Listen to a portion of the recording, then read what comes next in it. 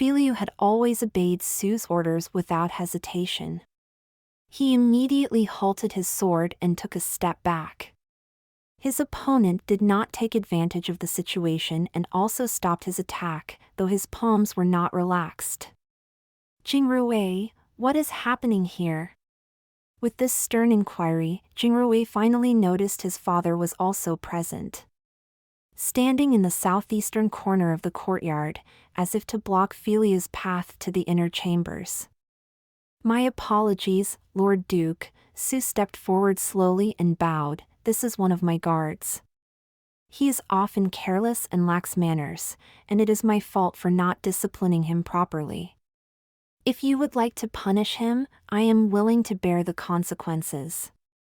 Jingrui hurriedly added, "This must be a misunderstanding.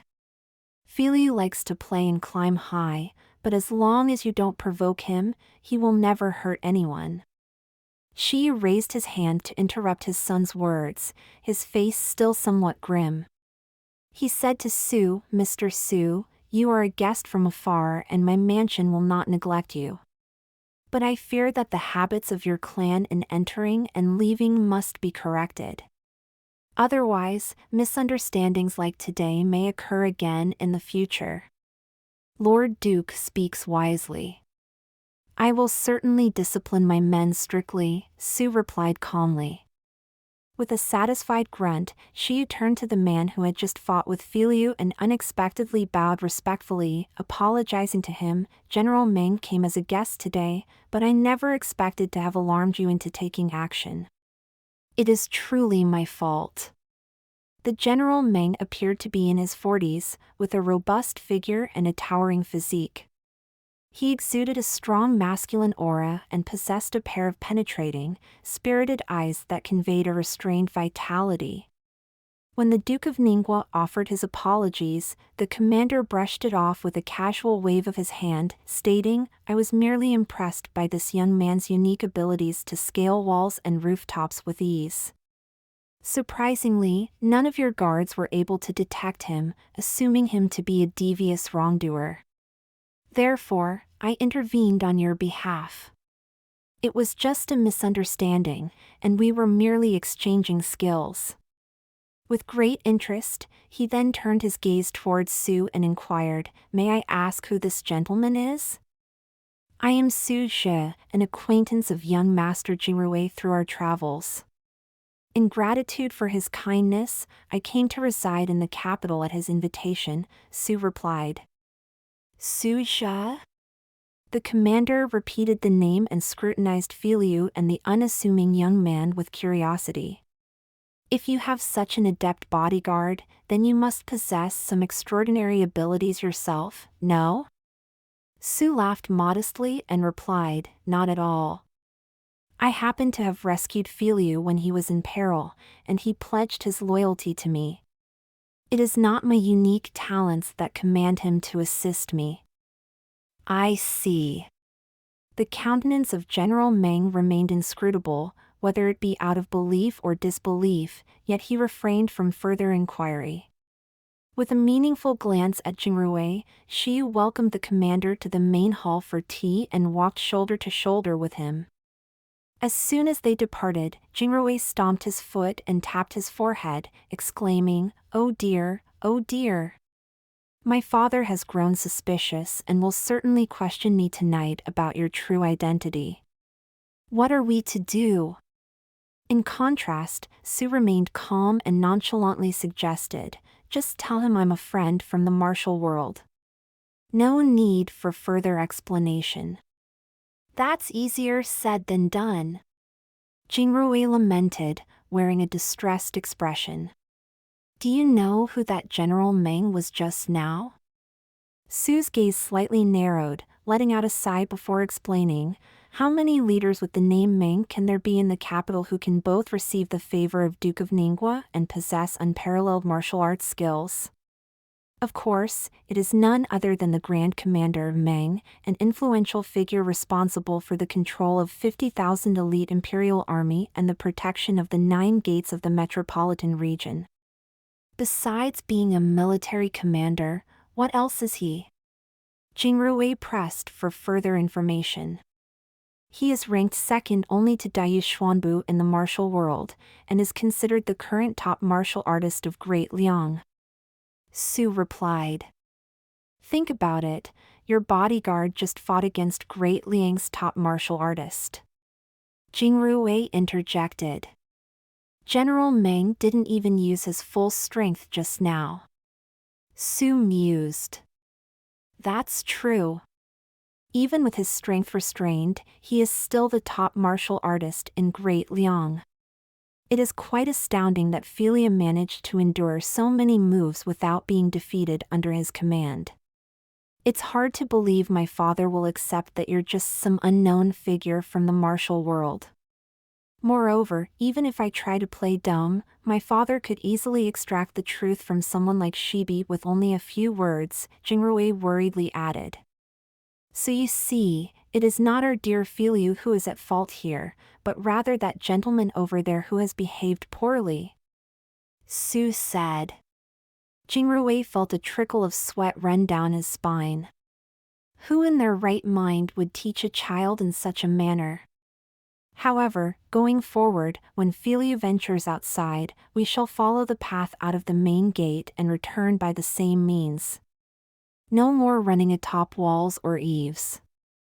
The people here may be timid, but their eyesight is sharp. If Philia startles them accidentally, they will be quite terrified. Do remember this, won't you? I shall remember, Philia replied dutifully.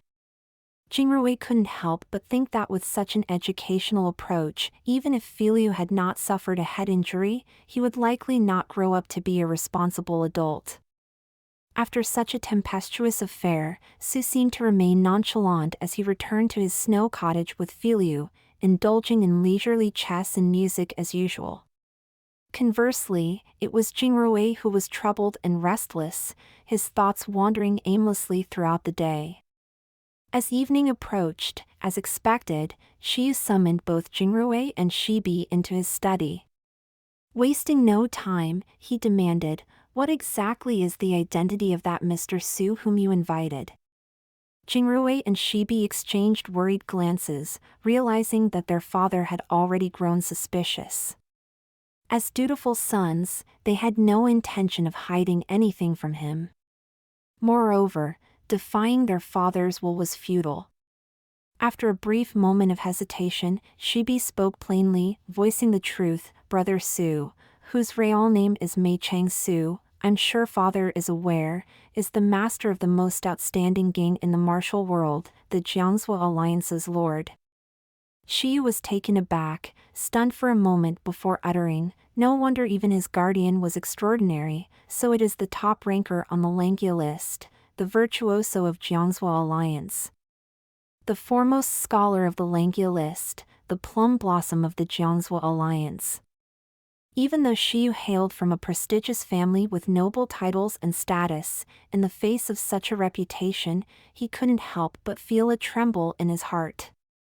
In the mortal realm, afar from sight, reflects a frozen, icy white, yet hidden fragrance, gentle and light, drifts and lingers by the river's might, knowing the paths of heroes bold, their journeys, struggles, stories told. One bows in deep respect, behold, the plum blossom of Jiangzhou, so bold. These lines were recited by the former leader of the northern powerhouse gang of Qiaolong, Qingtian Shu, upon his first encounter with Su 9 years ago. At that time, the Gongsun family fled to the Jiangnan region to escape calamity, pursued by Qingtian Shu across the river.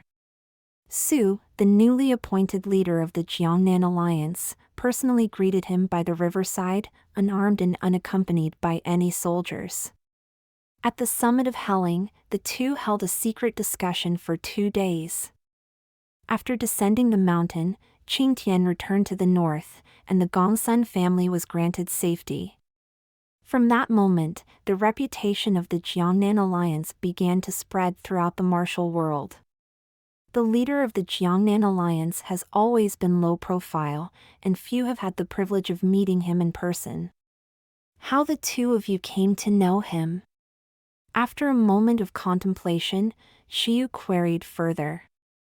Indeed, it was my elder brother. Shibi began hesitantly, but before he could continue, Jingrui took over. Father, last winter while passing through the Qin Mountains, we rested at a tea house and coincidentally sat next to Brother Su at a neighboring table. He had been gazing upon a branch of winter plum in my hand, seeming to be greatly enamored by its beauty. Without much thought, I presented the branch to him, thus beginning our acquaintance. Since then, during my travels across the realm, he has often taken care of me. However, Brother Su's health has been frail, and after being treated by the venerable physician Jinsun, he was advised to depart from Jiangnan region and relinquish all responsibilities within the alliance in order to focus on recuperation. Thus, I took the opportunity to invite him to stay with me in Jinling. As you know, Brother Su's renown is widespread, and in order to preserve his peace and quiet, he has adopted the pseudonym Su Jie. Ah, I see, she murmured with a nod. So that's how it came to be. No matter, Mr. Su is an esteemed guest. You must treat him well. Jingrui and Shibi both bowed and agreed in unison, then slowly backed out. Upon leaving their father's study, Shibi immediately grabbed Jingrui and began to question him. It was then that he learned of Filiu's unexpected encounter with General Meng. Shibi couldn't help but be impressed. Later, the two went to Snow Cottage to inform Mr. Su that his father had learned of his true identity. The leader of the Jiangzhou alliance, however, merely gave a faint smile and did not seem to take it to heart. Early the next morning, Yujin, prince of the imperial clan, dressed in a manner of elegance and refinement, came to the residence to proclaim that Brother Su's travel fatigue should have been rested, so today we shall go out and have some fun. He then whisked Jingrui and Su out the door, leaving behind a despondent Shibi, buried in his overwhelming business affairs. The three of them spent a whole day wandering around. As the Princess Nihong's husband selection event draws near, the streets of the capital city are packed with young talents from all over the country. Every day, the major restaurants and tea houses are filled with guests, bustling with activity and constantly featuring spectacular scenes of sword fighting and fist fights. It's as if the city is holding a spontaneous first-round elimination tournament for the husband selection event, which provides great entertainment for the always lively Yujin. Since he returned to the city, he has been rushing around to watch these performances. On the day he takes Jingrui and Su out, he can confidently introduce them to the best restaurants for brawls and the tea houses with the highest level of dueling.